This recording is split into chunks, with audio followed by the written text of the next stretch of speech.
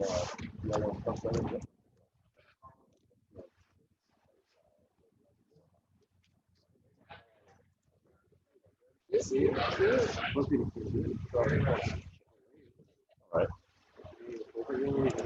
But just 3.5, right? That's it. Oh, sure.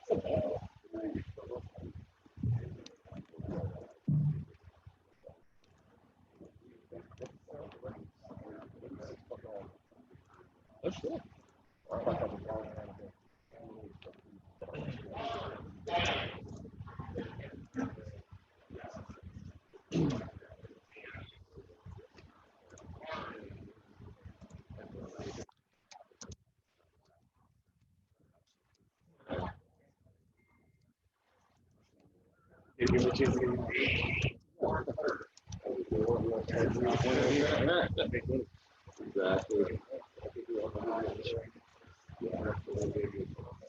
Hey, there he is. How's Will? He's great, dude. You mind in? He's sleeping like a chill. What's that? What's the local? He turned the mark yesterday. Yeah. Yes, man.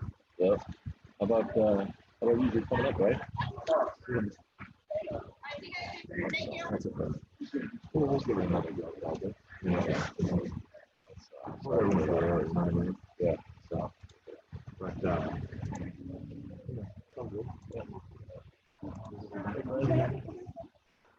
yeah, I'll talk to you about it. Yeah, I'm gonna say something. Okay. Yeah, I'll hit you up on that. I know. Nice, right? Yeah, me and Ariel will walk and talk through the whole.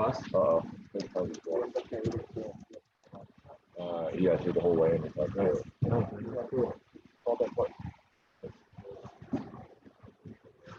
You announce the names? announce the name and say it. They're going to take part in any way and this type of That's exciting, dude. Good luck. Kill it. Don't mispronounce anything.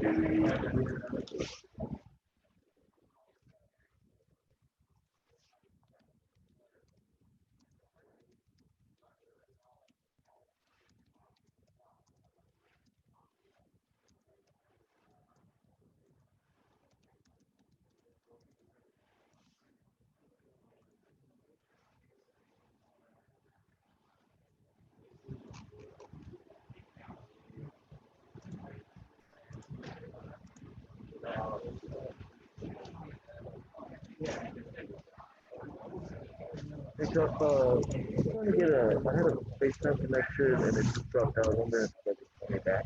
I'm sure more about it. Ray Rodriguez, I'm the UFC Apex. great.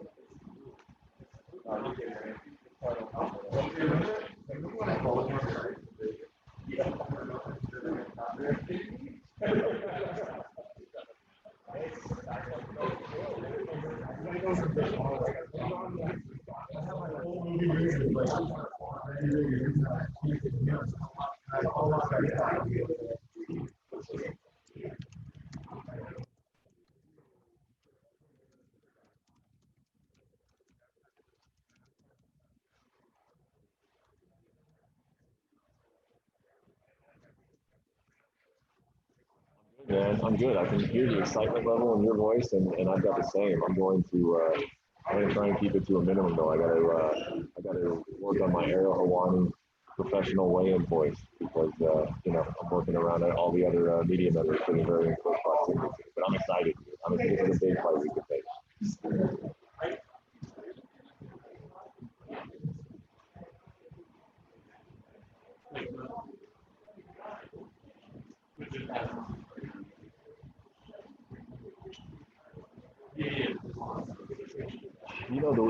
The weigh-in themselves is actually pretty similar to what you're used to, you and I talked about it before. All right, good morning, everybody. Welcome to the weigh-ins for UFC 252.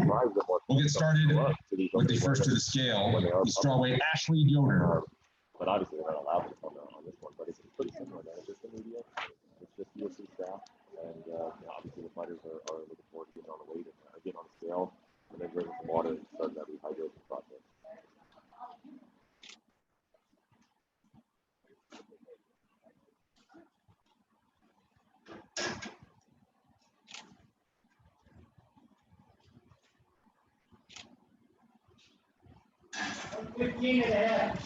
Official weight 115.5 for Ashley Yoder.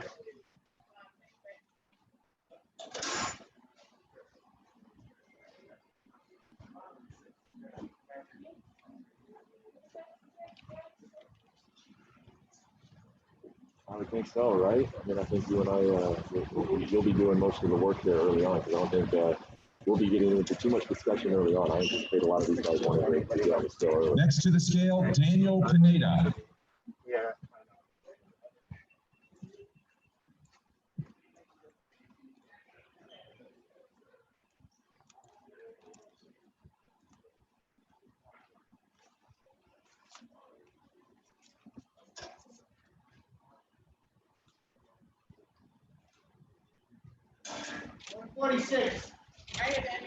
Official weight 146 for Daniel Pineda.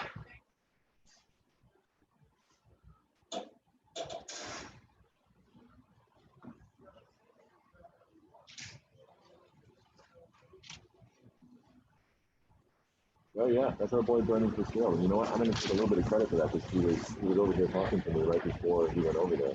And I said, hey man, this is your time to shine. Like let's kill it. Let's Next to the scale, Verna Jandiroba. everything right today. So far, man, he's off to a good start.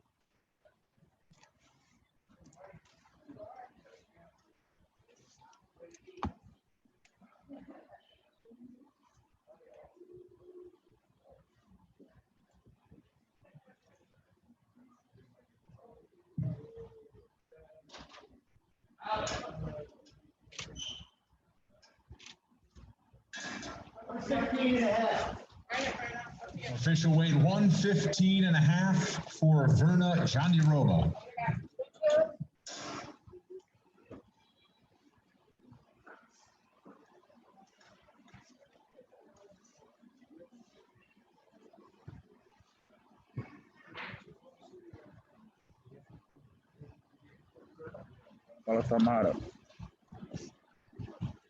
Next to the scale, TJ Brown.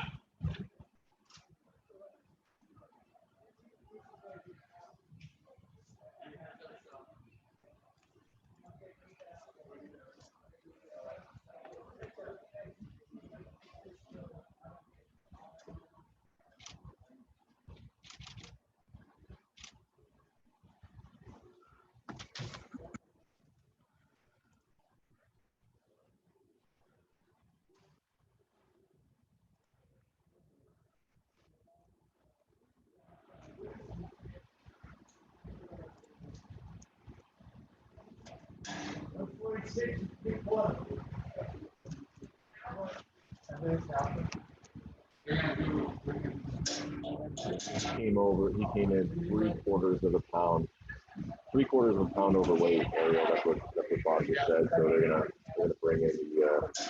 Oh wow, look at this! It's not even a hoop anymore. Oh, I'm so sad you're not here to see this in person, Ariel. You love this. This is like a full. Wait until you see this thing. It's like a full fitting room. We have come a long. We have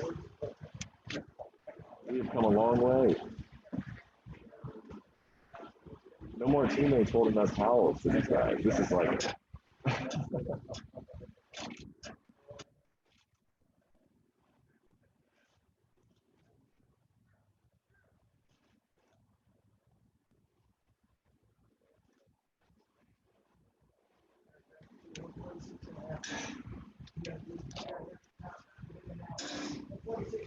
146.5. The weight for TJ Brown.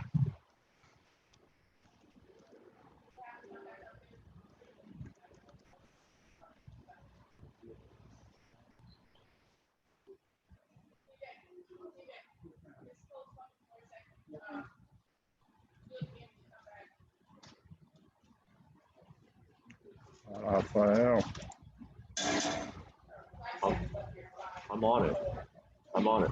I got this story for you. It's taking everything I have out of my feet and go find out answers about this right now. But as soon as this thing is over, I got you.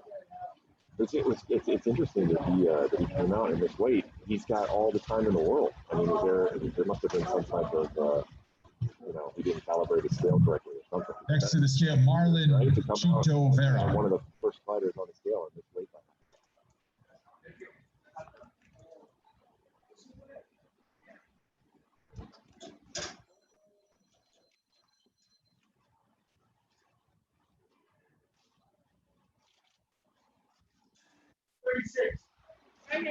Official weight 136 for Marlon Vera.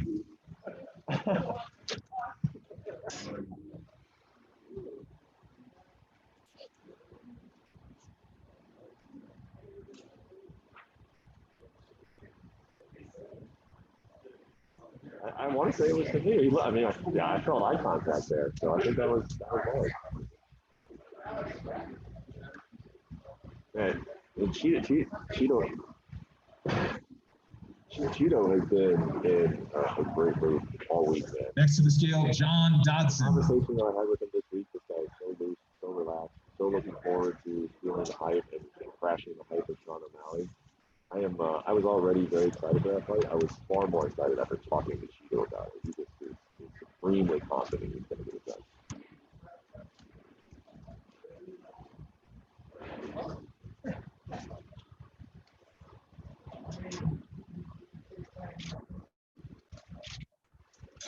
$36.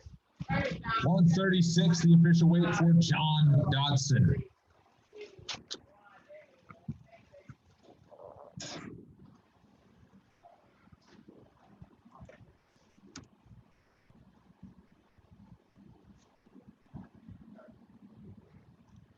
Next to the scale, Kai Kamaka.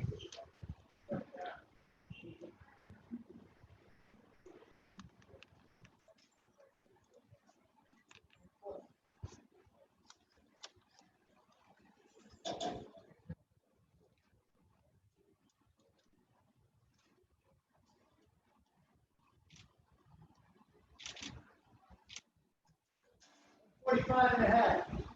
145.5, the official weight for Kai Kamaka.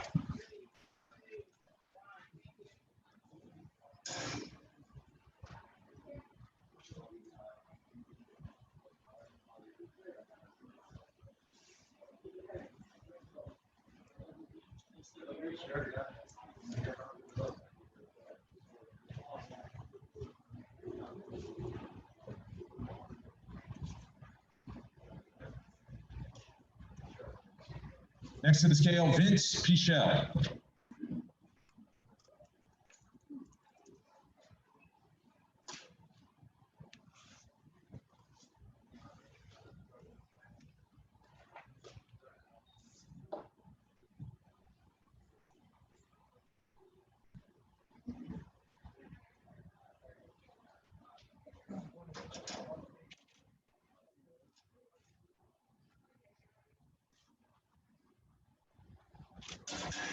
$56. Official weight 156 for Vince Pichel.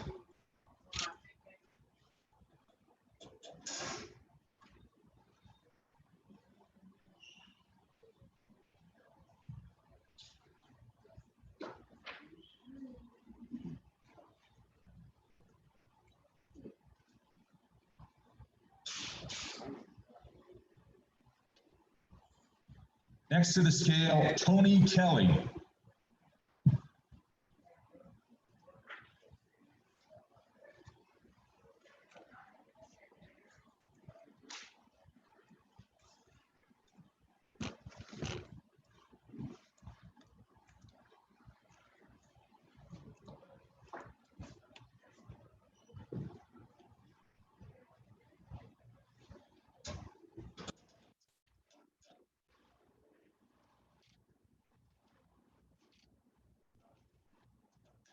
$45.5. 145.5, the official weight for Tony Kelly.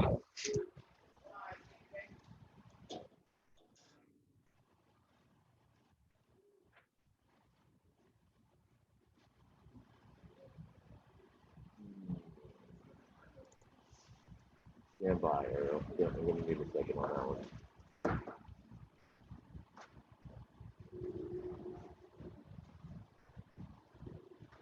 Next to the scale, Felice Herring.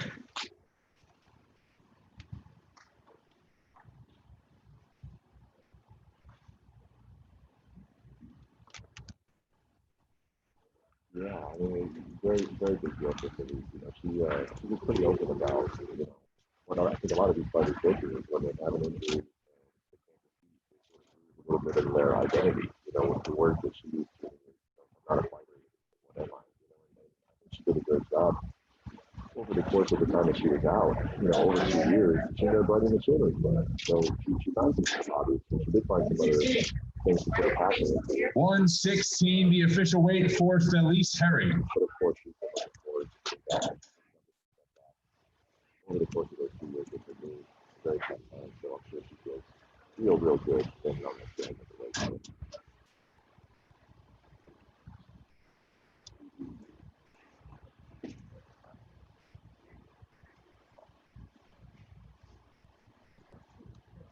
Next to the scale, Parker Porter.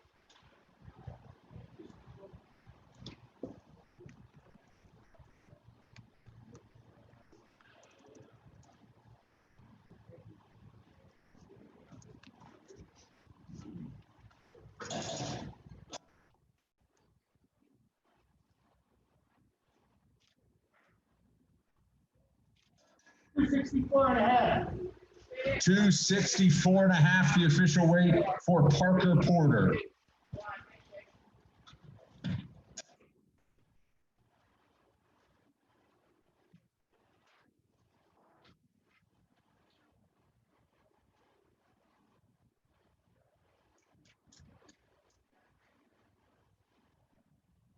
Next to the scale, Sean O'Malley.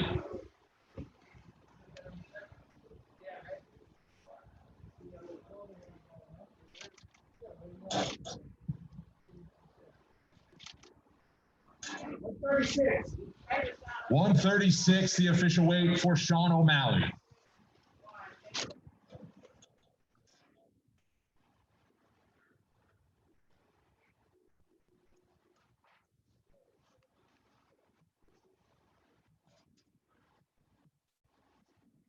Next to the scale, Chris Dawkins.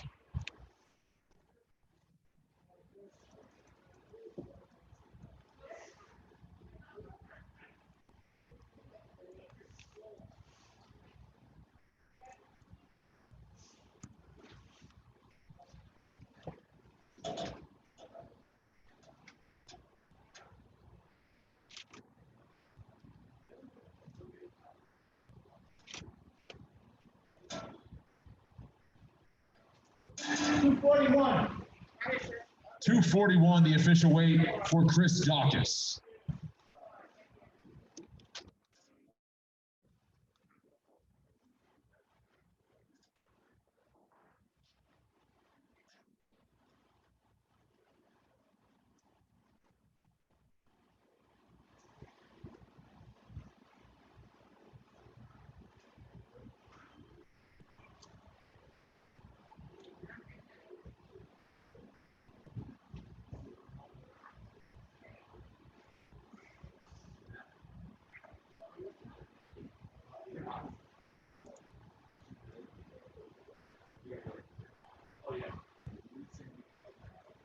What's up, Brett? How you doing? You good? How's business? It's good. Booming? Okay.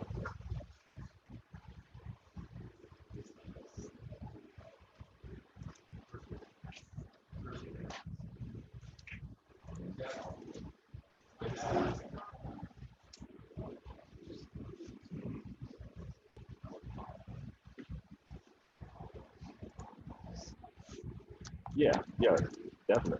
I mean, Cheeto, people forget that he's been here for a while, you know. What, nine wins in UFC? If you look at it, should be Sean too. And I don't think he gets enough credit or he gets enough attention for that. You know, he's had some fights that kind of stand out in people's memory, but I don't think that people recall how long this guy has been here. The experience that can always be a factor. I mean, how many times have we seen in this sport a guy who's on fire like a Sean O'Malley goes out there, maybe he even wins the first round, maybe he looks good, and then all of a sudden, man, that veteran who's been there for a while, he's hot. And that's one thing that Sean O'Malley has said in the lead up to this fight. And it sounds like a knock, it sounds like a dig, but it's actually pretty true. He said, hey, Marlon Vera is good at getting hit. Now, of course, that could be a little bit of a backhanded compliment, but what he's saying is, this guy's tough, you know, and Sean O'Malley is used to putting guys away when he hits them. And if Marlon Vera does not go down when O'Malley hits him, well, then what happens? I think that's a big question going into this fight.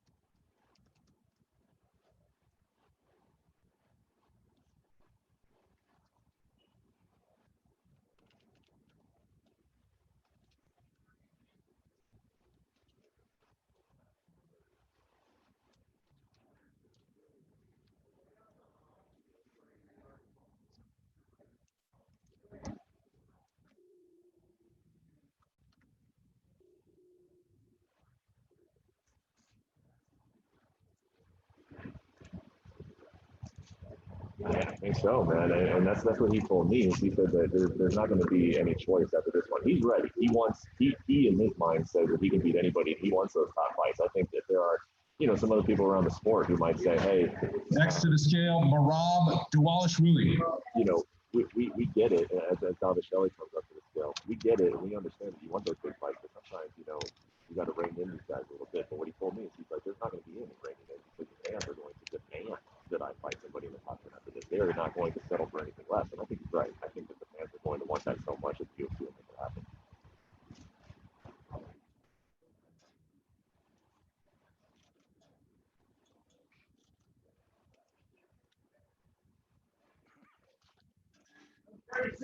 Yeah, Official weight 136 for Merab Dvalishvili.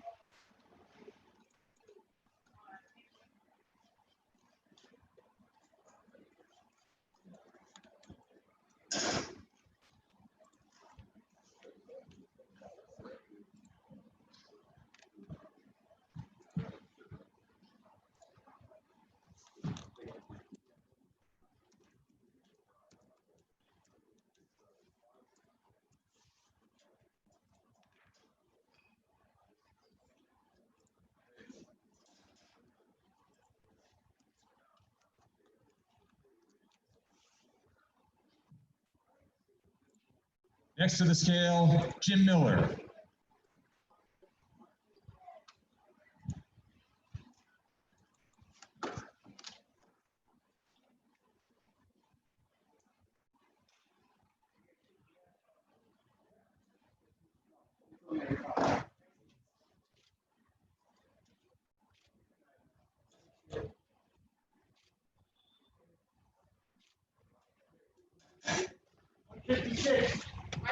Official weight 156 for Jim Miller.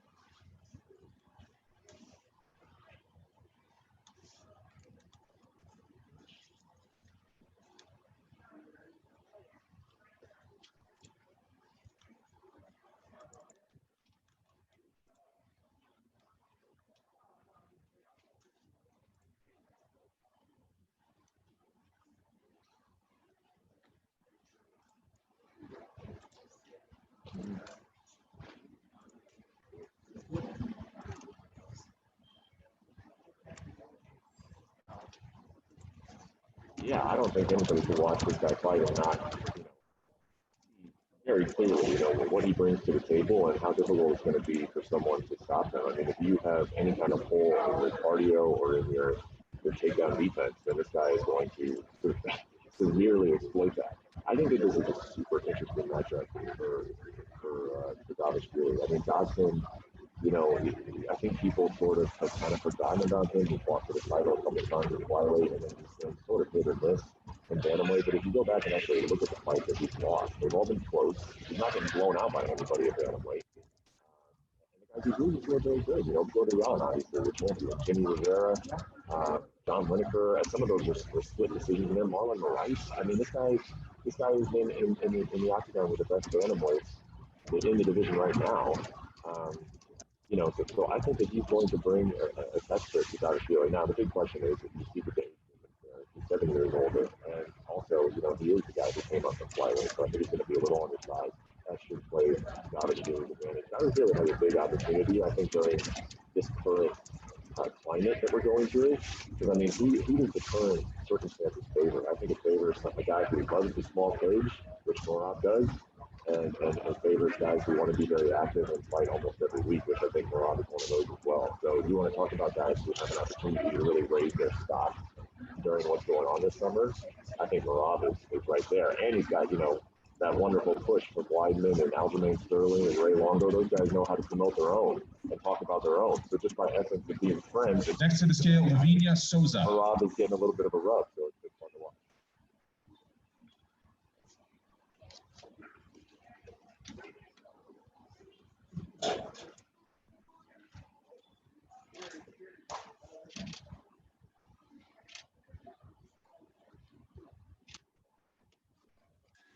Fifteen and a half. 115 and a half, the official weight for Lavinia Souza.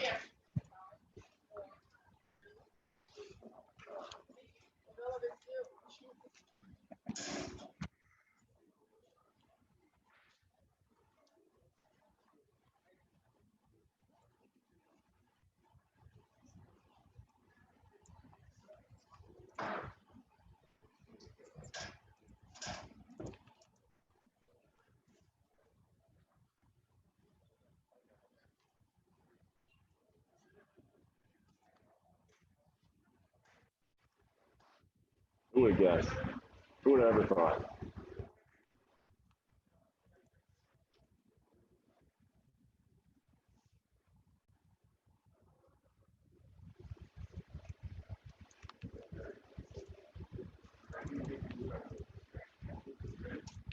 Next to the scale, Jair Rosenstreich.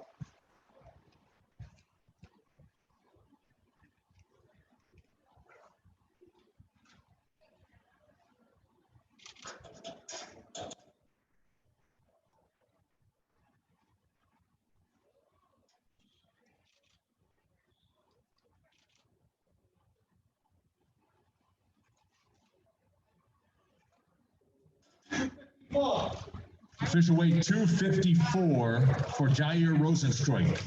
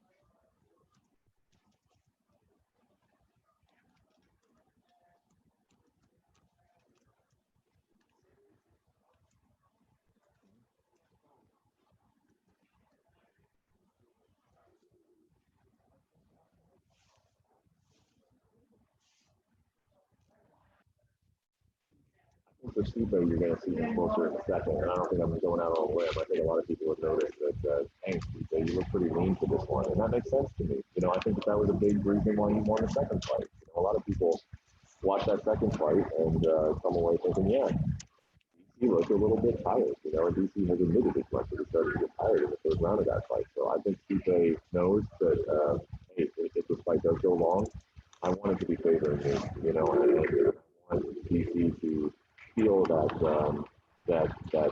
sense of dread that when he goes for a takedown, he doesn't get it and wastes the minute he's trying to do that. I think Stipe likes the idea of DC feeling that, especially in later rounds. So I think Stipe's going to come out probably weighing almost exactly what he weighed for the second fight. I would guess around 230. And I think DC is going to be, you know, somewhere in the middle and nothing too extreme one way or the other. You know, I think that he feels confident that he knows what mistakes he made in the second fight, that he got away from the game plan, that you know, he doesn't want to use it as an excuse, but the back to prevent him from doing some things that he normally would have done. So I don't think he's necessarily looking at it as like, I got to make sure I get my weight right. I think he's looking at it as I need to get some other things right. So my guess is that he's coming a little bit more than what he weighed for the second fight, but it's not going to be any significant change. At least that's what I'm going to do.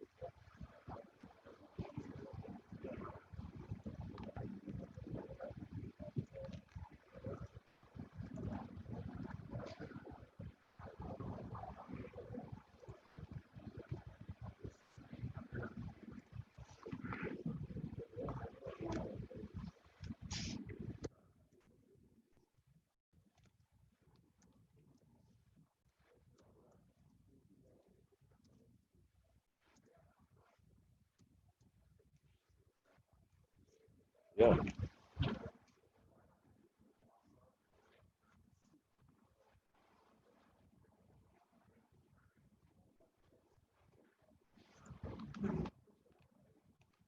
Yeah, like you, I was a little surprised that he went that route because, of course, I mean, you would think promoting one-on-one, like, hey, if you can say you get a chance to watch Daniel Cormier fight for the final time and all the chips are down and is he going to go out a winner or loser, that's a selling point, right? But I just think Dana can't help himself. He wants DC to stick around so much. He obviously likes him. He knows what he brings to the table in terms of promoting fights, and just from a strictly simply competitive standpoint, he thinks that DC has a lot left in him. So he just couldn't help himself. He was honest about it and said he doesn't think it's going to be his final fight. I will say that I talked to Javier Mendez, DC's longtime coach. He is guessing that DC wins this fight. They offer him John Jones, and I asked him, "Well, do you think he'll accept it?" And Javier said yes. I talked to Corey Anderson, who was out there, during the training camp, and he spent time, working out with DC for 2 weeks to prepare for this fight. And I asked him, do you think that, did you get the sense that you were in the midst of a man's final training camp? And he said, no, not really. The way that the DC kind of talks, he's just a competitor.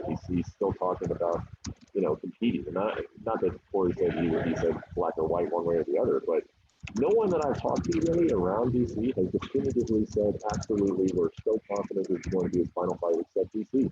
So either we're going to take his word for it, or we think he's going to be lured back in. I'm kind of down the middle, but if I had to lean one way or the other, I think if he wins and the UFC is offering a big money fight, I tend to agree with Hobbs that DC loves money and he loves competition and probably come back for it.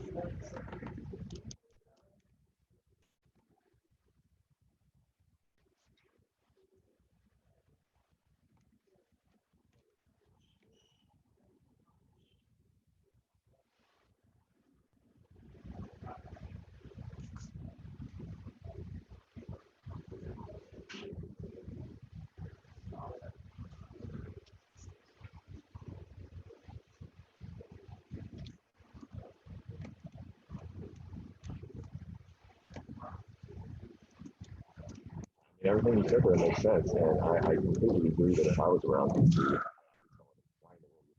like there for a really cruel minute, it looked like your career was going to be defined by losing to John Jones, which would have been so unfair, but it just would have been the reality. People would have remembered him as one of the greatest of all time. Was able to beat everybody at 205 except for John Jones, and that was the story. There was no other way to get around it. And then you add on the Phil Sanderson part, and it almost becomes like a story you can't get away from. Like, man, DC was so great, but he just so happened to run up against the great Phil Sanderson, and he ran up against the great John Jones. So it's just a guy who had just came along at the wrong time, But then he rewrote that completely when he went up to heavyweight and did something that John had never done, and he won the title. So I would be telling him the exact same thing that you're saying is like, hey man, you don't need to go back and beat John Jones. Like what you did at heavyweight, like beating Stephen Miocic twice, if that is what happened, you don't need to reopen that. There's just no reason to. You can sleep at night and not care that you didn't beat John Jones because you went off and you did things that were quite frankly bigger than it. You became a two-weight champion. You beat the guy who defended the title the most. But I don't know, man. Money and a guy who has been competing since he was a child. It makes me think that those two factors will combine. line to get DC back in the case against John Jones. If the UFC can put it together and offer the exorbitant amount of money that we're thinking that they might.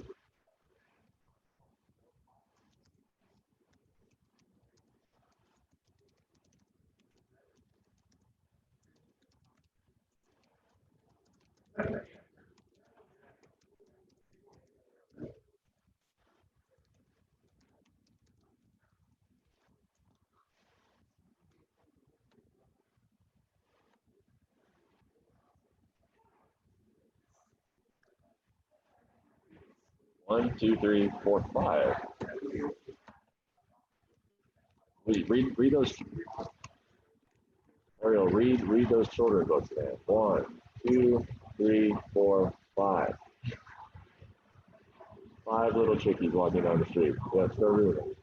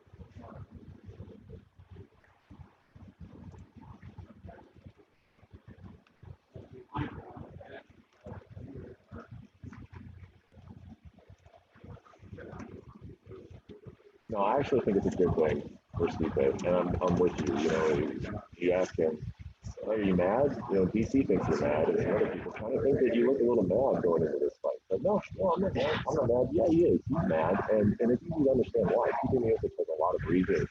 There's a lot of reasons to be mad, man. I mean, he got knocked out by Daniel Cormier, and before he even could really get his wits about him, Brock Lesnar was in the octagon, and they were shoving each other. You know, I mean, that was incredible. And like, I get it from the promotional side, and I don't even necessarily blame the UFC for doing it. I mean, that was a good business move by them, but for Stipe, I'm sure that he saw that as incredibly disrespectful. You know, that this guy has just defended his title 3 times. You know, he can't even, you know, really start to comprehend and let the facts settle in that he's lost, and Brock Lesnar is in the octagon and they're fighting the WWE promo, you know, and then he has to wait a year to get the rematch. DC is telling him, hey man, go off and fight someone else. I don't really appreciate, you know, you can sit out here. The UFC did offer Stipe other fights, which he also thought was disrespectful, saying, why, as the longest reigning champion in the heavyweight division, am I being forced to fight my way back to a title? Why aren't I fighting this guy immediately? And then he beats him in the second one. The eye surgery, didn't want to have this fight before September, was more interested in having this fight in the fall. The UFC said, hey, no, we got to get this fight moving, we got to get going, you know, when you're healthy. Now it's in a small cage. I feel like, you know, Stipe probably thinks that, hey, the UFC has sort of been on Daniel Cormier's side through all of this. Like, he got the immediate rematch. He didn't really have to campaign for it too much. He was never offered, you know, all these other fights to try and work his way back into title contention. It happened faster than what Stipe wanted. So I think he's looking at it as not only, you know, are these feelings for Daniel Cormier, I think he wants to show the UFC, like, hey, I'm your heavyweight champion, not this guy who's getting all the attention about this is his last fight, you know, and Dana White loves him so much he doesn't want to see him leave the sport. I'm going to wreck all of that. I'm going to be quiet. I'm not going to say too much ahead of it. No, I'm not mad, but he is mad. I think he's going to fight mad, but I don't think it's going to be something that really impacts his performance in a negative way. I think that he has probably been able to use his fuel for this training camp.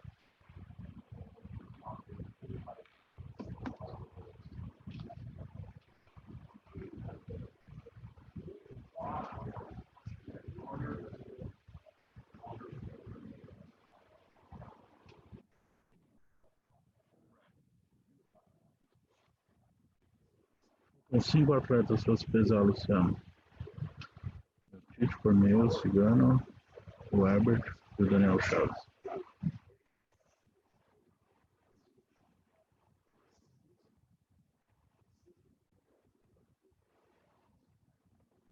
I still do, yeah. And like, I talked to him a couple weeks ago when he got out to Vegas, and you know, I asked him if he said, you know, he played it off, and he said, no, that's not on his mind. And I even asked him, you know, well, once you beat DC and you know, people are saying you're the greatest heavyweight of all time, like what fight would you even want? You know, I mean, I would think that you would basically say, I'm only interested in John Jones at that point, and that's tough for our guy Francis Ngannou, because Ngannou really deserves a title shot. But if I'm Stipe, like I just don't know if I really get up for that fight. I mean, I don't think whether this is his last one or it's not, I don't think he has that many back. And so I was telling him, like, hey, I mean, I would think you would say, hey, John Jones, come up to heavyweight, let's do this. But you know, Stipe, man, I mean, he doesn't call out anybody. He said, I'll fight Francis again if that's who's the next in line. So he's talking like somebody who has no interest in retiring after this fight. But I don't know, man. I'm gonna wait. I don't think he would retire in the octagon like on Saturday night. But I could see a situation in which they start talking about his next fight, and if it's not something that really, really, really motivates him and something that he truly wants to do, then I don't think he's the type of guy that would say, okay, then I'm done. I'll just drop the belt and I'll leave.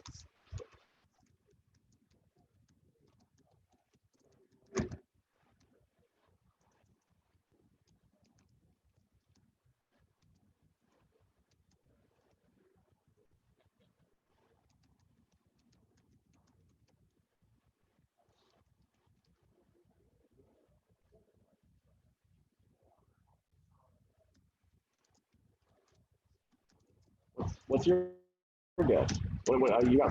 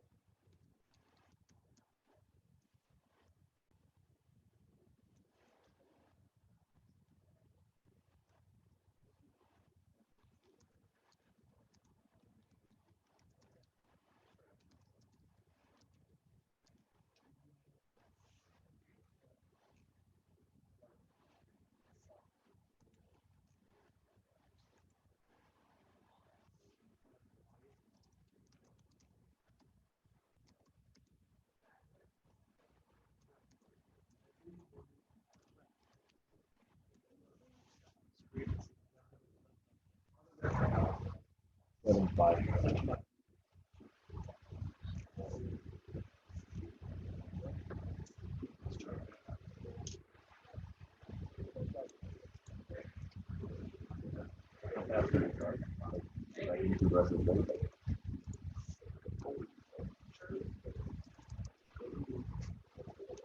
Next to the scale, one half of our main event, Stipe Miocic.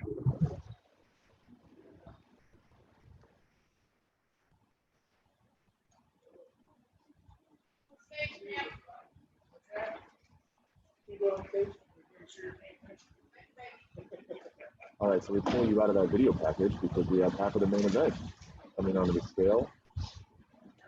There he is. You probably recognize that guy, the champion, Stipe Miocic, who has, I don't want to say came in much lighter in the second fight.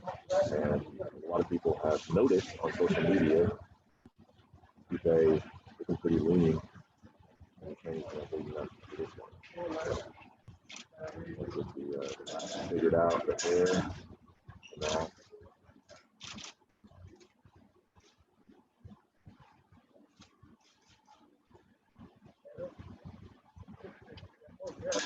233. Official weight 233 for Stipe Miocic. You hear from our buddy, Brendan Fitzgerald, 233 pounds. So, you know, he told me when we spoke, I'm going to weigh what I weighed for the second fight. And he was not lying to me. He told me they were at 233. And as Ariel had mentioned earlier, you know, thinking that maybe, you know, there's a catch to that, right? That it becomes leaner, that the cardio should be on point. What if he comes in and really wants to wrestle a guy? Will he need that extra weight? It's a good question, you know, and we'll find out. But I think he's pretty confident in his wrestling ability. I mean, you go back to that first round, fight. I know a lot of people, you know, in this narrative, I think it's been amplified by, you know, DC and his team saying, oh, we got to wait for the team train, we should have kept wrestling it in. Yeah, DC wrestled him in that second fight. But just to assume that DC is going to come in and wrestle his way to a championship over the course of 5 rounds. I mean, DC said it at a press conference yesterday. Stipe is a very good wrestler. And I think even if Stipe is able to get taken down, but force Daniel to use a lot of energy in doing so, who knows, man? I mean, he might be perfectly willing to do that. You know, we might be seeing in that first round on Saturday, Stipe's on the ground. This is really bad for him. But if it takes DC 2 or 3 minutes or far more to get him there, well, then I'm not so sure that that's going to be advantage DC. We'll have to see.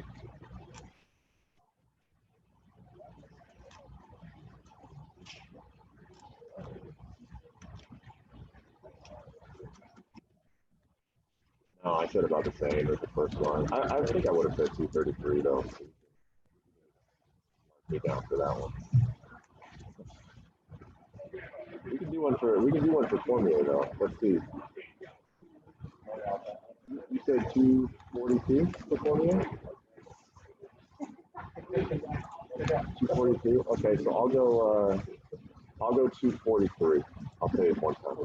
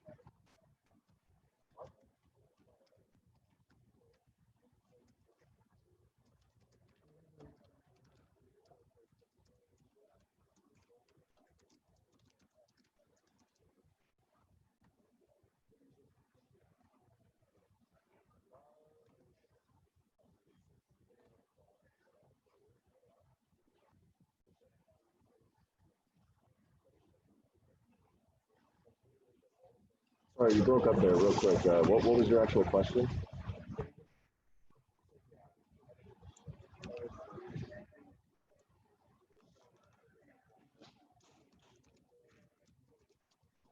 Yeah, it's one I'm trying to bounce back and forth on. I mean, I don't know. I think I'm one of those people who just tend to go with history. You know, it's like debate comes up about like Jordan and LeBron, and I tend to go back to the guy who did it first for whatever reason. I think that's just my personal preference. So coming in, I really was thinking it's Fedor. You know, it's still gonna be Fedor what he did during that era. You know, especially with 30 in a row, and I just it's gonna be very, very tough to ever fix that. But the more I thought about it, man, I mean, if Stipe wins, I mean, he will have basically come back and beaten the only people that beat him. I mean, he never ended up fighting Stefan Struve again, but I think that's kind of because Struve's career sort of, you know, went on the decline a little bit and Stipe stayed at the top. But he lost to Junior Dos Santos, came back and beat Junior in a very convincing fashion. Lost to Daniel, came back and beat Daniel in a very convincing fashion, you know, fourth round knockout. So if he does it again, I mean, you're talking about him beating a guy in DC who we're saying could be the best heavyweight in the UFC. You're talking about a guy who beat Junior Dos Santos, who beat Alex Overeem, who beat Fabricio Werdum. Not only beat him, knocked out all of these guys, showed the most consistency, the most dangerous division, the most unpredictable division the sport has to offer, at a time in which I do think that the competition is facing is probably better than what Fedor faced. So I'm kind of changing my tune. I think if Stipe goes out and looks great and beats DC, I can't sit here and say that by Saturday I'm not going to be saying, you know, this is the greatest heavyweight of all time.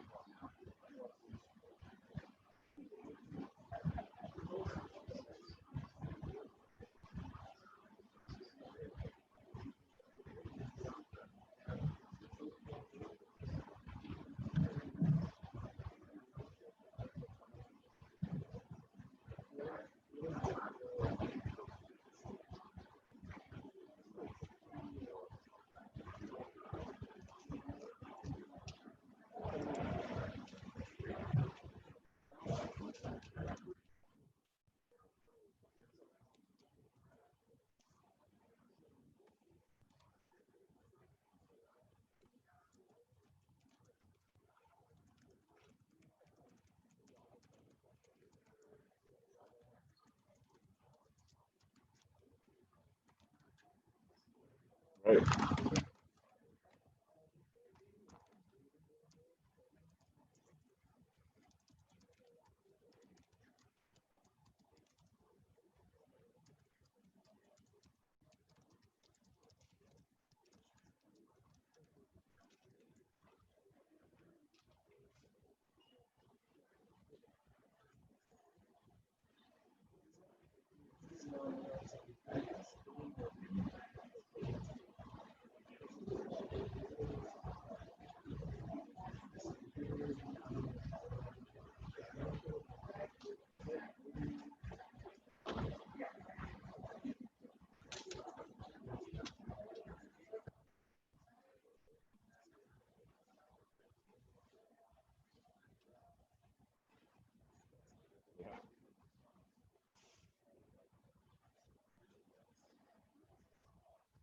Well, it's just tough because DC left, you know, and so like we're kind of playing with a deck that's not completely full because we don't know what he would have done at heavyweight. You know what I mean? I think there's almost an assumption being made, and it's not like a very definitive assumption, but it's like, hey, okay, so the guy left heavyweight because he didn't want to fight Cain Velasquez. You know, and in the meantime, Stipe did what he did, but then he came back and he beat Stipe twice. So there's almost like that you know, connection in your mind banks of like, well, hey, if he beat Stipe twice, then he would have been able to do what Stipe did. You know, and if he had been at heavyweight the whole time, you almost kind of give him Stipe's wins. I don't know if anybody else is doing that, but like I can feel my mind wanting to do that. When we're talking about the greatest heavyweight in UFC history. It's like, hey, Stipe was the guy, and if DC beat him twice, and he's the guy. You know? But you're right in the sense of he doesn't have the results and the accolades specifically in the heavyweight division. So that's why when you ask me, is the winner of this the greatest of all time? I will be leaning towards yes. I will call him the greatest heavyweight of all time over Fedor.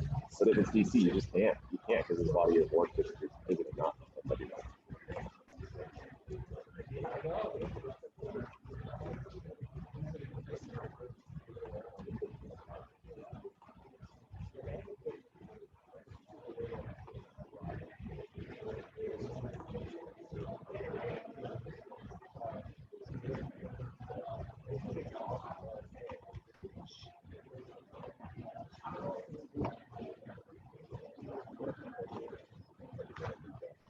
Isso aí, ó. Fornia, Cigano, Weber Planes. Contra o Daniel Chaves e o TJ Brown. Valeu, Cândido.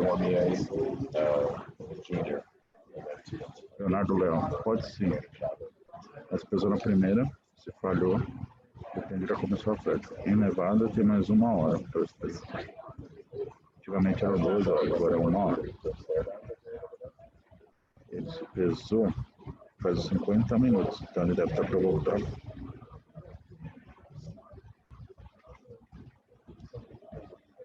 Valeu, Cândido. Tamo junto. Fazer uma live no Instagram também, pessoal. Se quiser acompanhar no Instagram e no YouTube. Se quiser acompanhar no YouTube, no Instagram.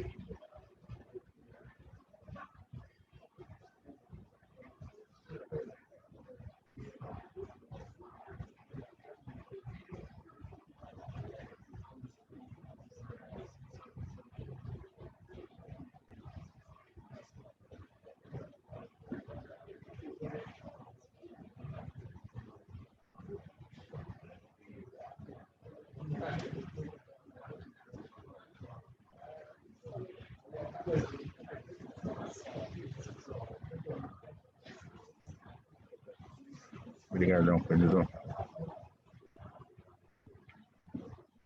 Fica nós.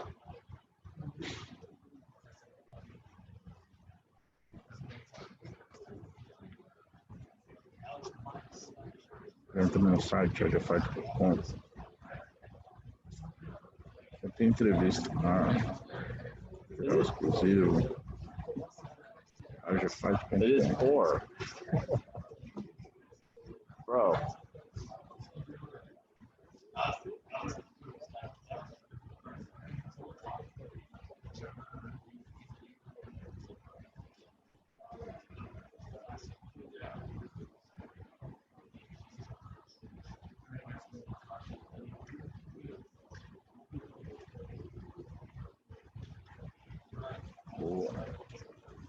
Insta e YouTube. Tem um site também, a gente tem um podcast também no Spotify. Faz de tudo, velho. Falta escanteio e cabeceio.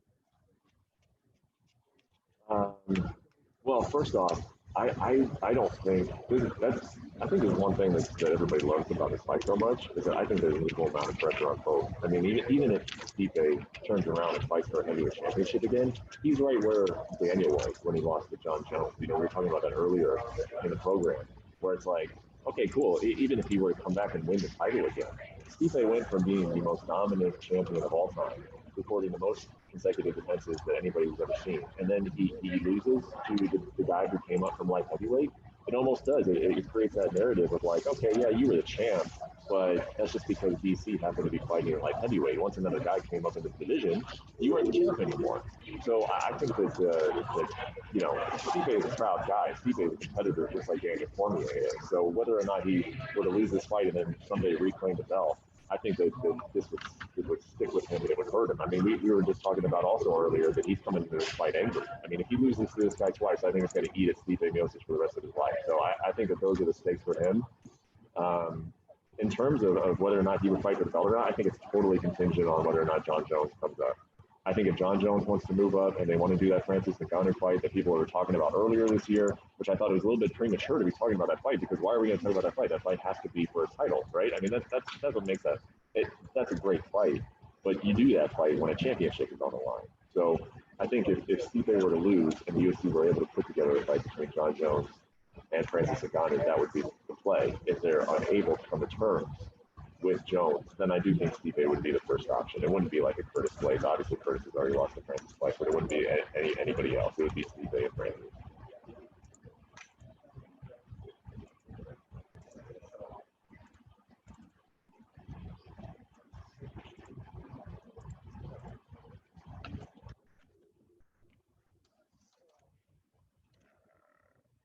Yeah, for sure I do, and that's very unfair to Francis Ngannou, because that guy just ran out and sprinted across the octagon and knocked out Jairzinho in one punch. I mean, what more can you do? Like, you can't do it any better or faster than that. But hey, man, I don't think that would be, you know, necessarily anybody trying to deny Francis what's his. I think that's just, if it were to happen, unfortunately, you're talking about the greatest fighter of all time, John Jones, who's talked about moving up to heavyweight forever. And if it's going to happen now, then you take a back seat to that. And it's very, very unfortunate for him. And I'm sure he's not going to be happy about it. But if John Jones on Saturday starts saying, all right, Stipe, I'm ready, let's go, there's going to be a conversation about that between John Jones and the UFC, and if they're able to come to terms on it, that's what's going to happen.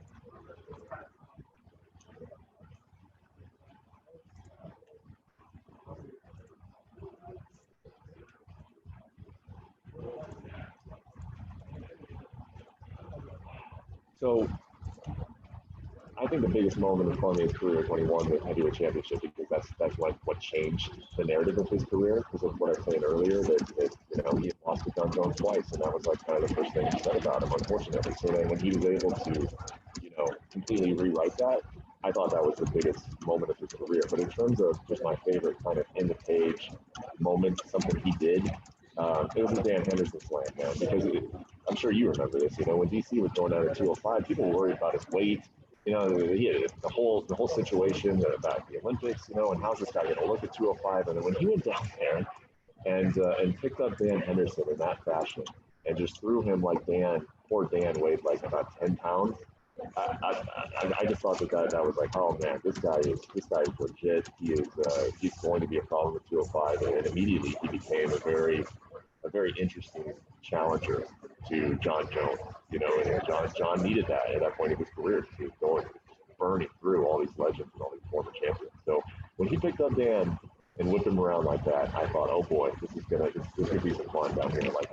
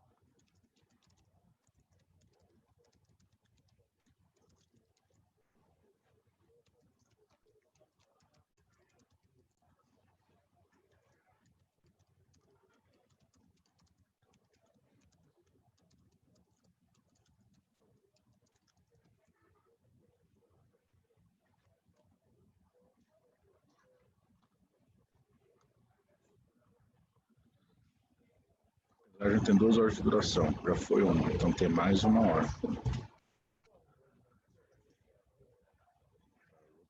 Se o cara não se pesar, pode por aí e cancela. Mas tem mais 1 hora ainda. Para 5 atletas. Se bem que o Jay Brown tem que se pesar em breve. Mas se ele não se pesar também, ele paga uma multa de 10%, que é apenas meio pound, né?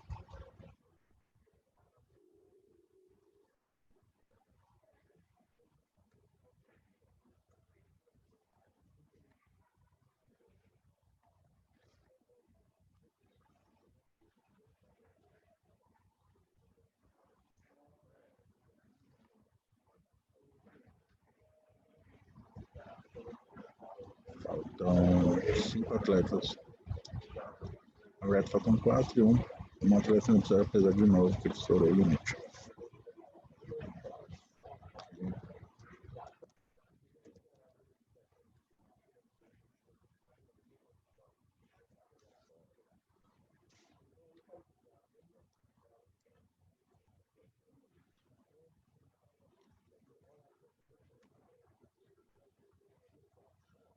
yeah, well, and you got to give John Jones a little bit of credit, because John played that well. He's like, oh, you think you're so perfect, like people got problems out there. John actually turned that into a very relatable moment, for people around there. He said like DC wasn't trying to be this like all high on, standing on his high horse looking down at John Jones. He was just basically talking about all of the mistakes that John Jones had made, which was very public and very flat out in the open. All John had to do was say, hey, nobody's perfect, man. You think you're perfect, looking down on me. That's not what I do, man. People are human. People make mistakes, and people resonate with that at that time. So yeah, those press conferences are hilarious. But I think that changed, right, when DC was just so openly devastated when he lost to him again. That was the turning point in that, right? I mean, I kind of feel like people were on John's side and criticizing DC and booing him until they saw just, oh man, look at how much this meant to that guy. And like whoever you are, however much of a John Jones fan you were like, oh man, that guy really, really wanted to win this fight, you know, and I think that really endeared him to the fan base.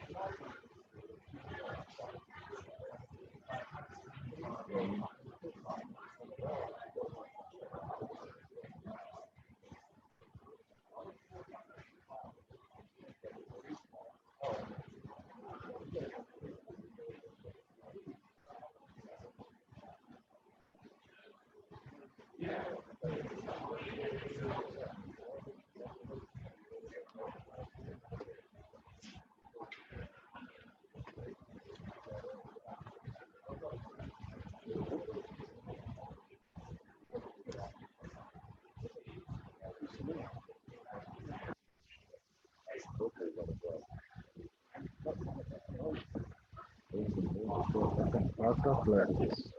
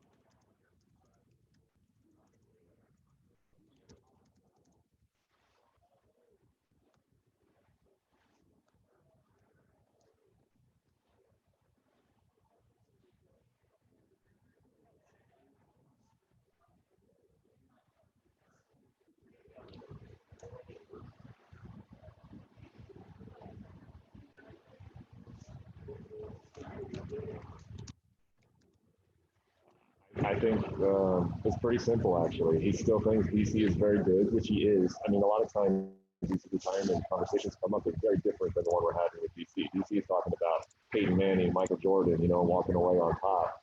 A lot of times, fighters they don't get to have those types of conversations. They're having conversations of like, man, you got to walk away because this sport is it's become too much for you, man. You're losing a lot of time. That's not the case here. So Dana thinks that DC has plenty left.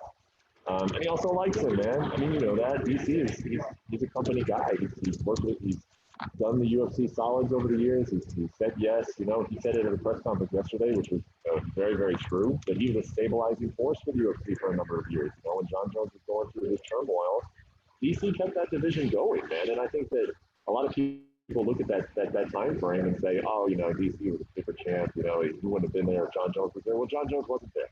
John Jones was not able to be there. And DC kept that division going. He had great fights in that division, and he made it so that John Jones was constantly tied to that narrative because, hey, there was a guy that was taking care of business while he was gone, and that, I think it fueled John to come back and to be motivated and really created a story for the fan base. And so, DC has endeared himself now to Dana and the brass by that and then by all the other things that he continues to do for the company, man.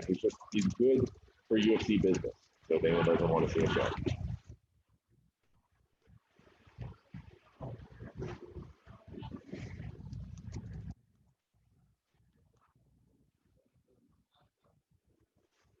Fala, Pateta.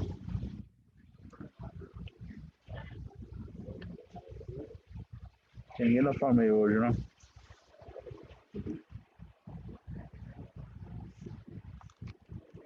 Well, I'll just tell you what I'm looking forward to personally on this card. Some of the biggest questions I have is, and it is Jairzinho Rosenstruck. I mean, you come from going in 2019 where you're just knocking out everybody. You go from basically no one knows who you are to all of a sudden, oh my gosh, man, you got to see this guy. I mean, he could be a real threat, with the experience that he has and the technique that he has on the feet, the power.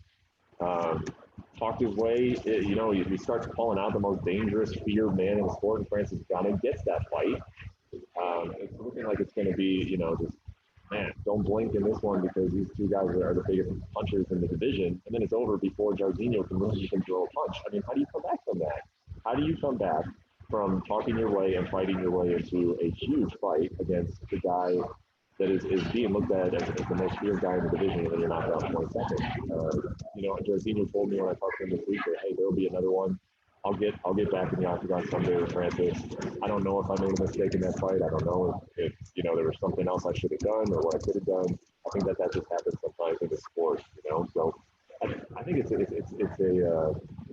challenging set of circumstances. Jairzinho is coming in with this fight. Not only is he coming in off of that experience, but he's fighting the guy Junior Santos, who they share a gym, and his coach from Amsterdam was actually stuck in Amsterdam, couldn't come to the U.S. until about 2 weeks left of his camp. So he basically did this camp without his head coach and in a gym that is, a lot of it is its allegiance goes to Junior. So this is a tough set of circumstances for Jorginho to fight under. And then, we spoke about it earlier. Felice Herrig, she hasn't won a fight in a number of years. She's coming off back-to-back losses, but the experience that she went through and all of the frustration and the setbacks that she had with her knee.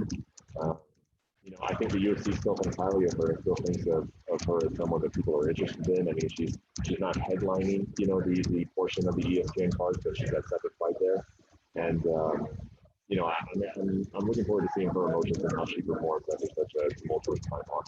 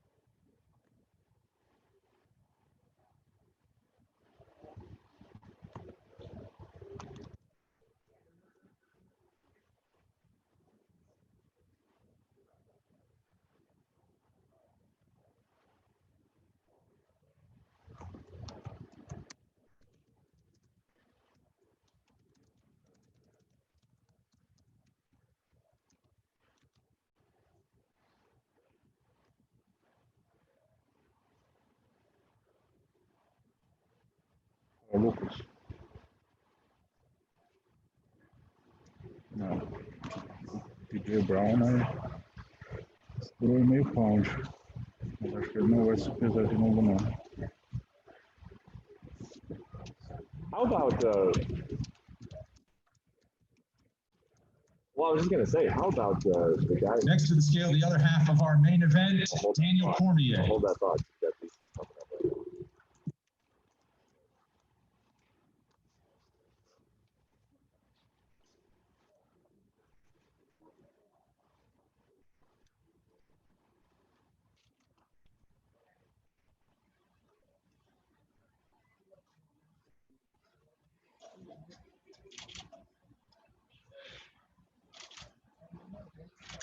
$236. 236, the official weight for Daniel Cormier.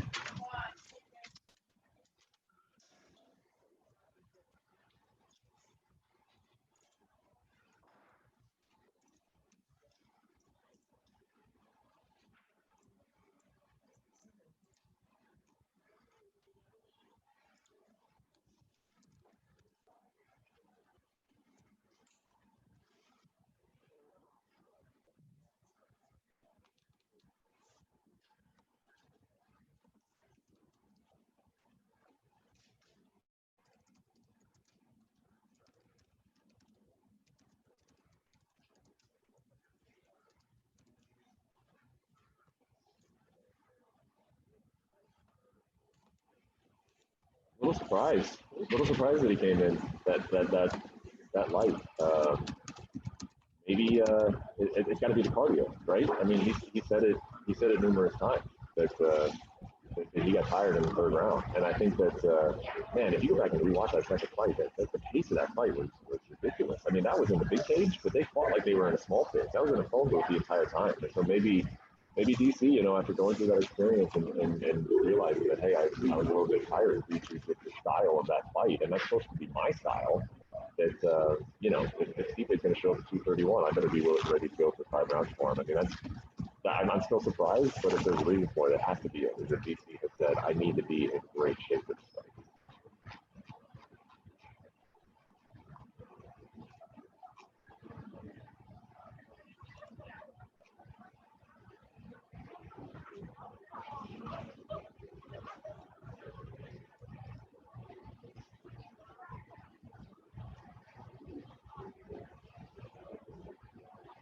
I still put a lot of stock into it, you know, even if the numbers don't really support that in terms of finishing. I still think that, you know, especially in a very, very elite fight, that if you get stuck along the fence, and I mean, you're stuck there in front of a guy who knows how to keep you there. I mean, you want that big octagon, man, and I think that can play out in you know, from a technical standpoint, and also can come out as a mental standpoint. Guys have told me that they get in that small cage, and Bruce is announcing them, and they're like, my God, man, I'm like standing next to my opponent. It feels like I'm right next to him. As Bruce is saying our names and we're on opposite sides of it, that thing feels smaller. So if you already feel more comfortable in that smaller cage, and just from a mental standpoint, I think it's going to help you out. So I still think it's significant. I think it varies in degree of significance depending on what the matchup is. But I like I said, even though the second fight they kind of fought in a way that almost like it was a small cage, they were just next to each other the whole time. I still think it's an advantage for DC, and any advantage you can get in this sport at the very, very top is worth talking about.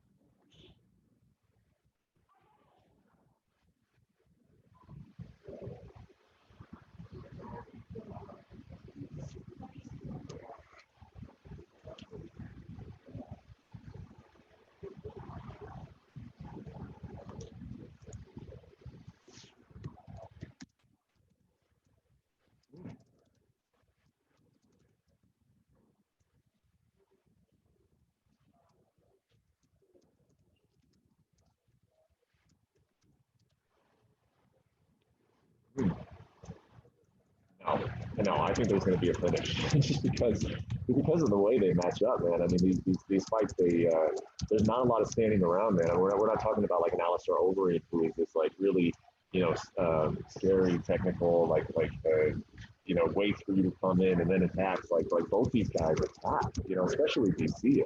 So the only way I can see it going 5 rounds is if the wrestling really becomes a factor in it. But even then, DC is so good at immobilizing his opponents on the ground and then hurting them on the ground. So I actually would be very surprised if we went to a finish. And see why you might say that, because both these guys are just so intelligent and they are in great shape. But I also think that they're both proven finishers, man. These guys know how to put somebody away when they got them hurt. And I think in that small stage, familiarity that they have with one another, they're going to hurt each other, and at some point, one of them is going to hurt them bad enough that they're going to jump on them and capitalize on that moment.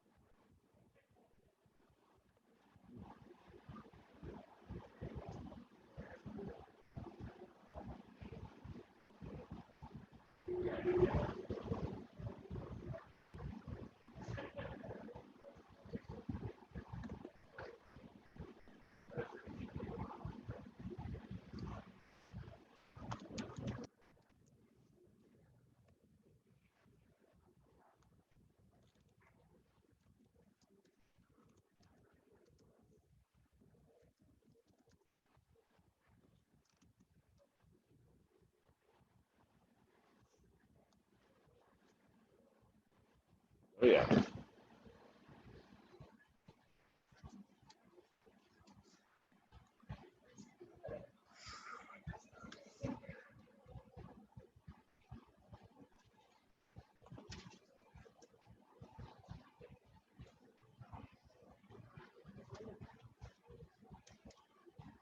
Oh boy, you are putting me on the spot. I didn't know we were going all the way down to the bottom of the prelims, huh? I'll take Parker Porter. I'll take Parker Porter, small favorite.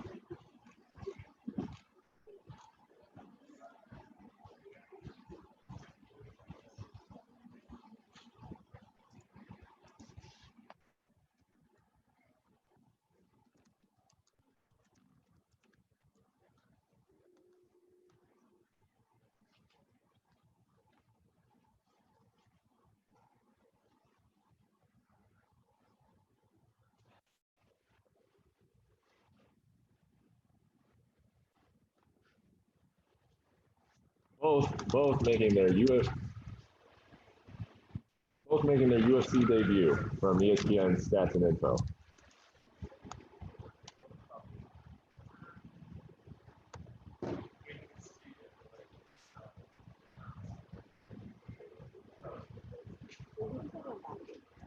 I'm going to say that Souza is the favorite here.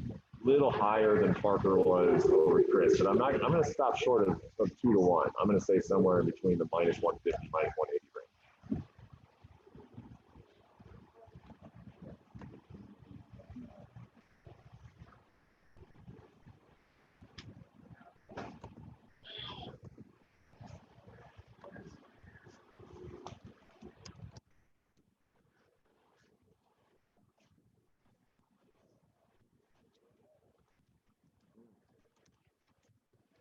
I'm gonna go Brown, small favorite. Downtown Brown, as they call him.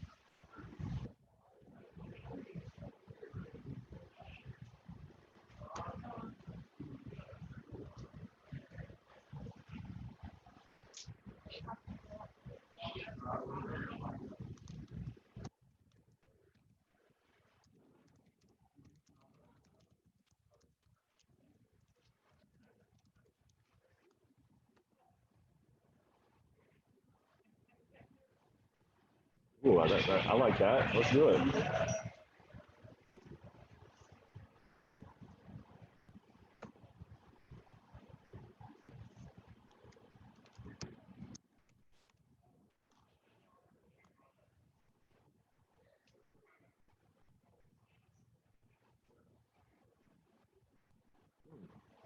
I'll go with Jean Deroba. I'll go with Jean Deroba at like a minus 140.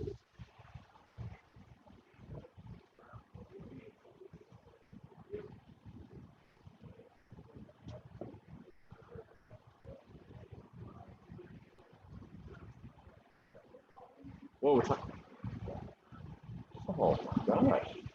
Minus 300. Man, I'll take the win over Ariel, but I don't feel very good about that one.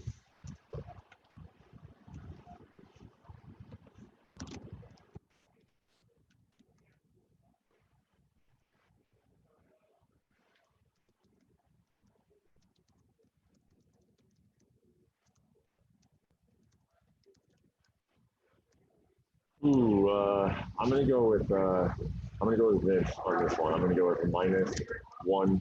I'll go minus 140 again. Minus 140 about this.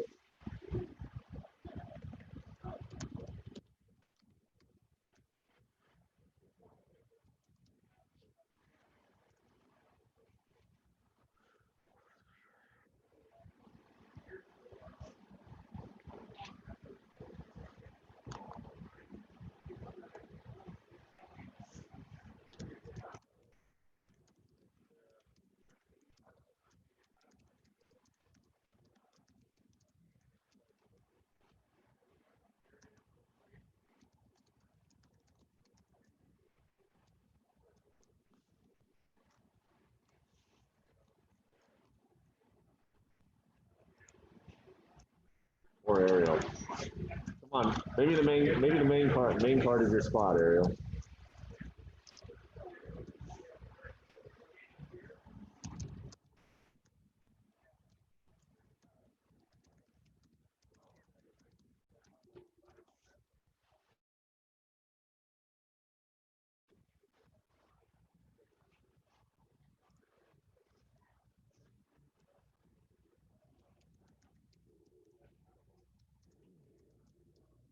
Well, Andrew, you said earlier that Jean Deroba was tied for the biggest favorite on the card. I'm going to say she's tied with Davishvili, minus 300 against John Dodge.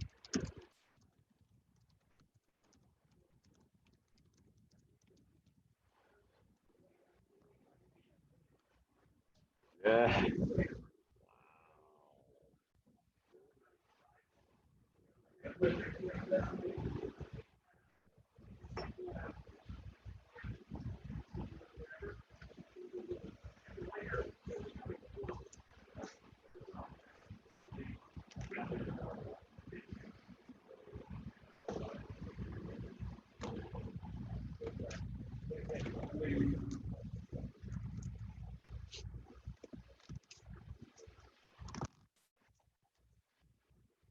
Herbert Burns minus minus 170.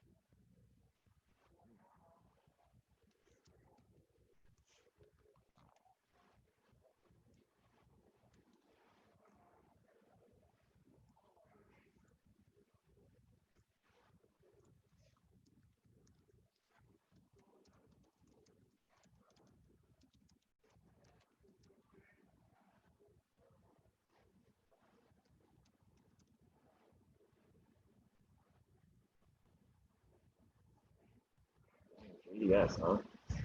I'm gonna go Rosenstrike as a favorite, but not by much. I'm gonna say Rosenstrike minus 115.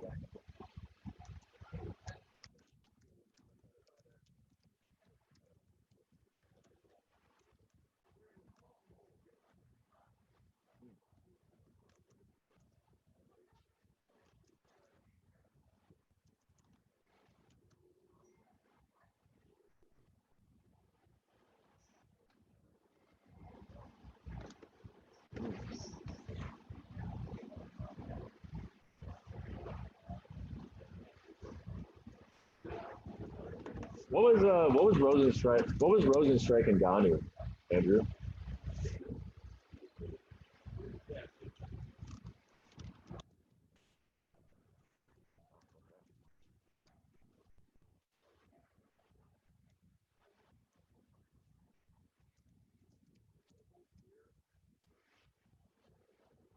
No, I'm gonna go back to the well on my thinking. This has got to be he's got to be tied for the biggest betting favorite. So it's got to be O'Malley minus 300, which I think it's be pretty high.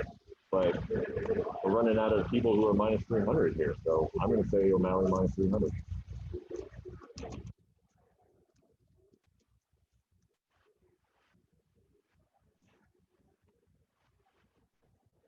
If I keep getting it wrong, I can.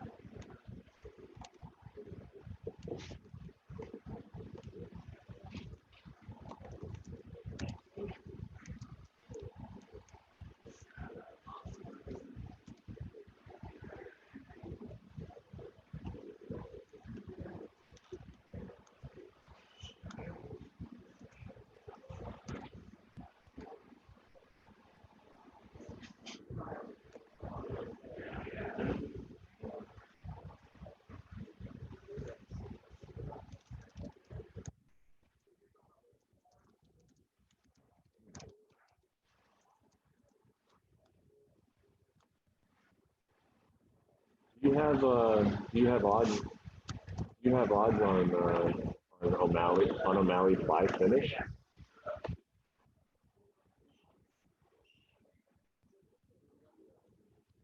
Next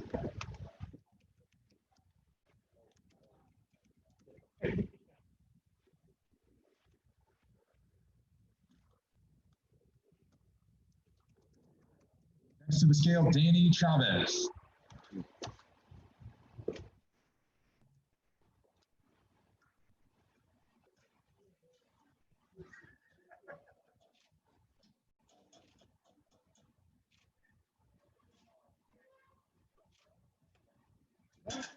Even. Right here, Dave. 5 seconds. 146, the official weight for Danny Chavez. Right here. 5 seconds. 5, 4, 3, 2, 1. Thank you.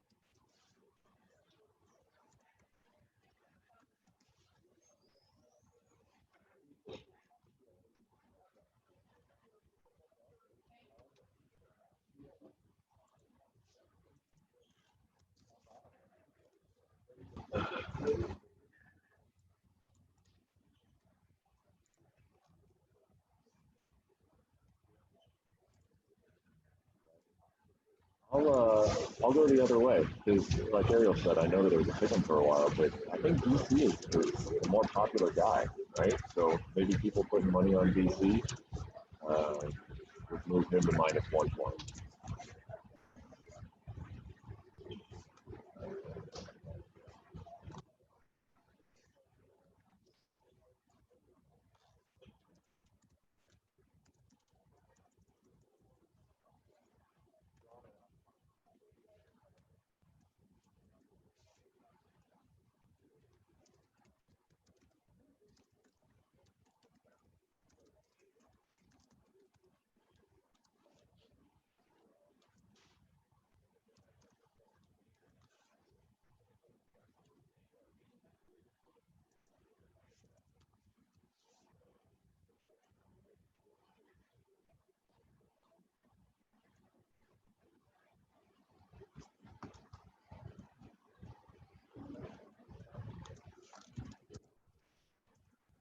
Só falta o Cigano e o Herbert Doni.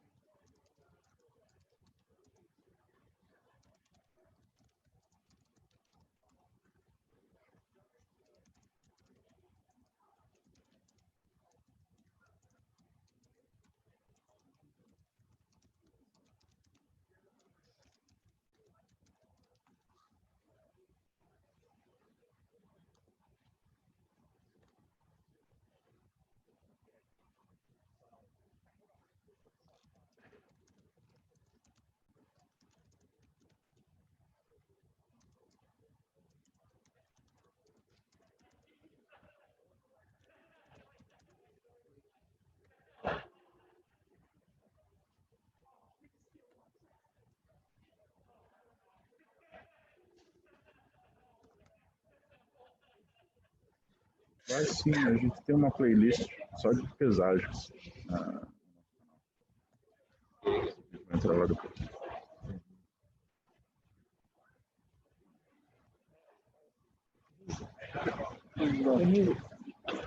He's an East Coast guy. I mean, he trains in Florida, so it should feel like what is it? Like almost 2 p.m. for him on his body clock. Like, Jesus, come on, man. Go to bed, you must go. Get on the scale, man.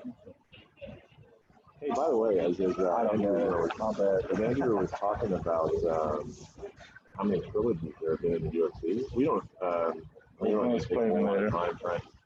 Do you think you can name them all? Do you think you could name all of the trilogies you're saying today? Yeah, how many do you think you can get?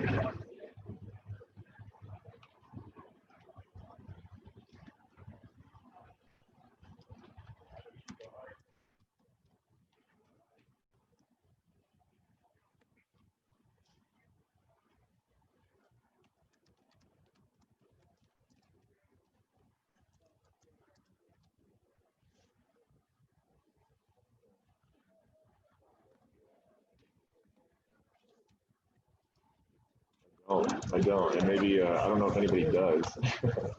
We could probably pull it up somehow. But I didn't know that there had been 12. I guess that number sounded right. I guess I would have guessed more. But then I started thinking to myself how many I could think of, and I can't think of. Oh, BJ and Frankie. Oddly enough, right? BJ and Hugh, yes.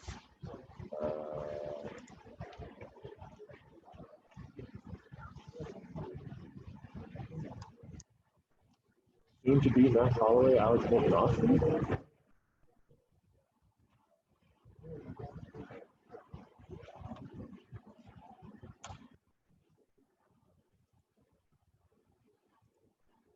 Right, I would think so.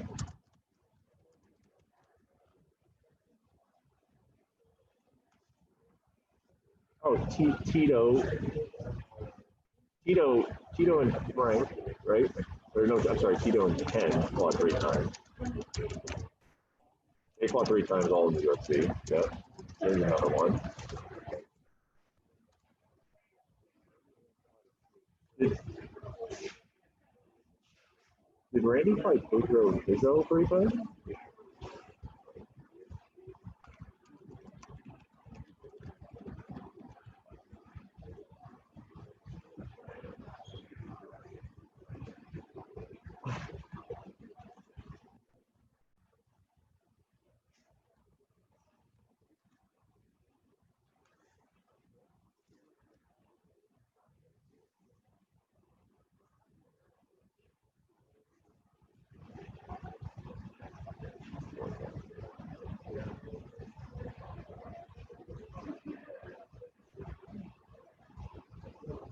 That's right.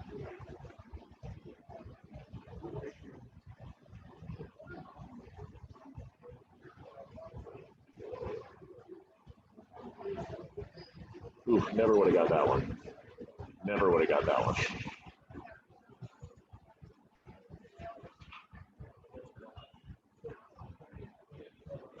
O Lucas falta Cigano e o Herbert Burns.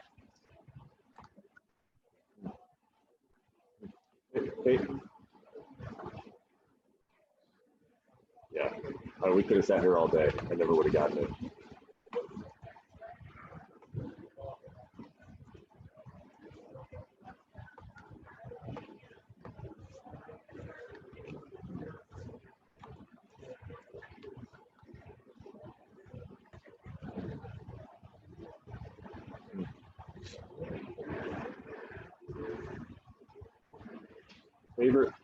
Favorite one, Ariel. Which is your favorite trilogy of all of them?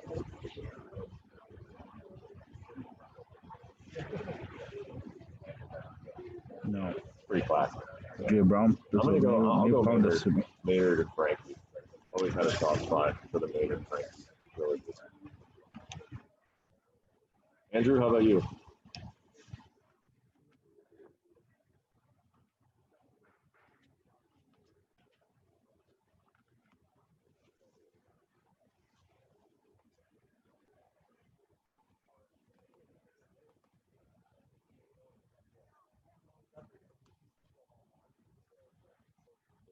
There's no wrong answer except for Nick Lentz and Charles Oliveira.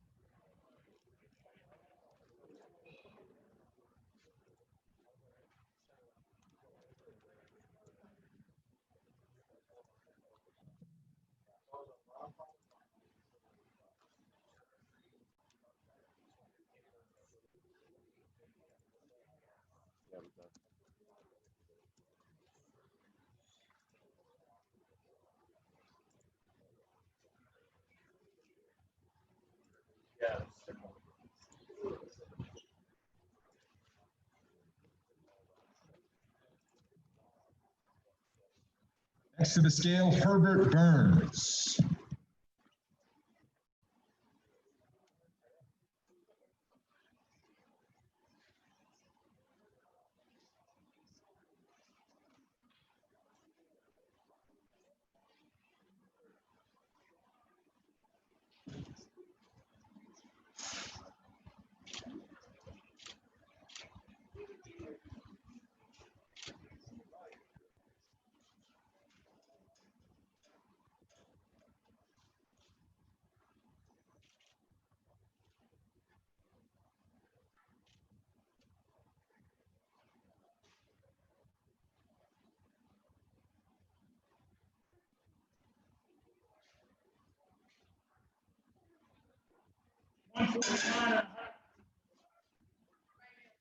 $149.5, the official weight for Herbert Burns.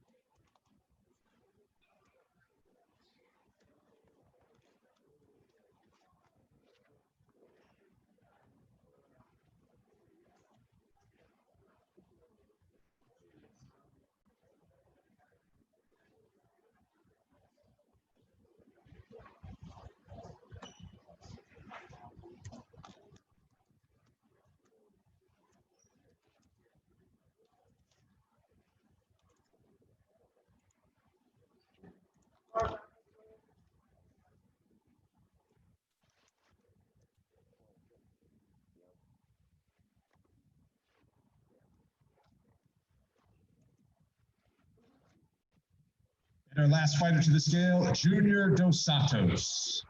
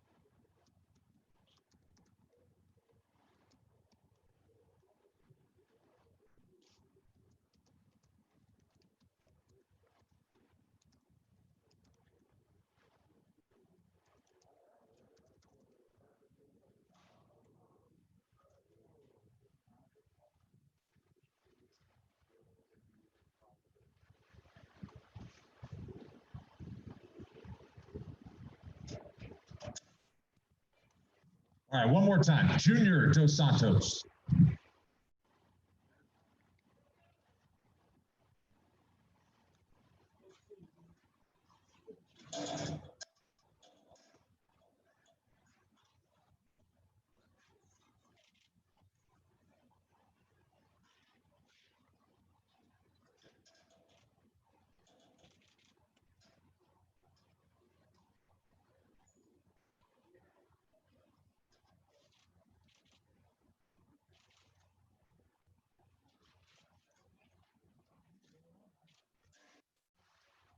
$238.5.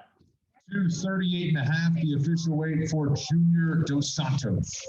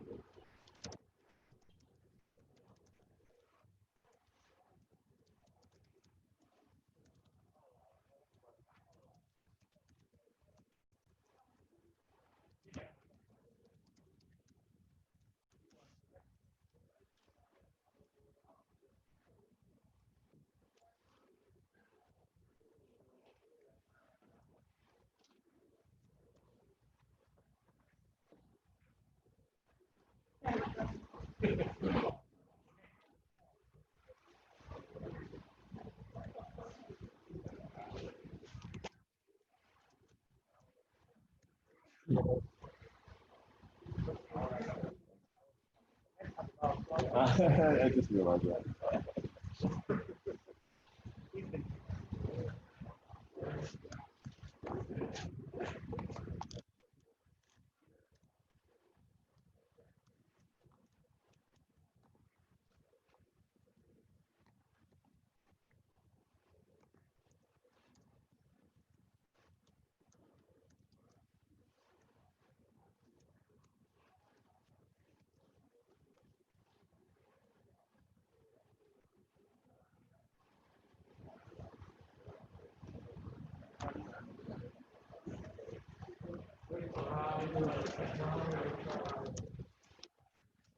He really wasn't going to make it.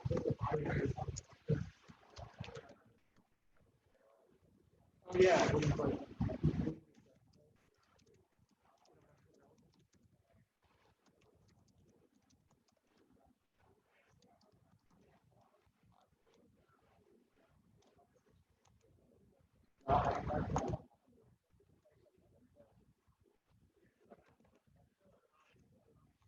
Around the mountain way. Not waiting it.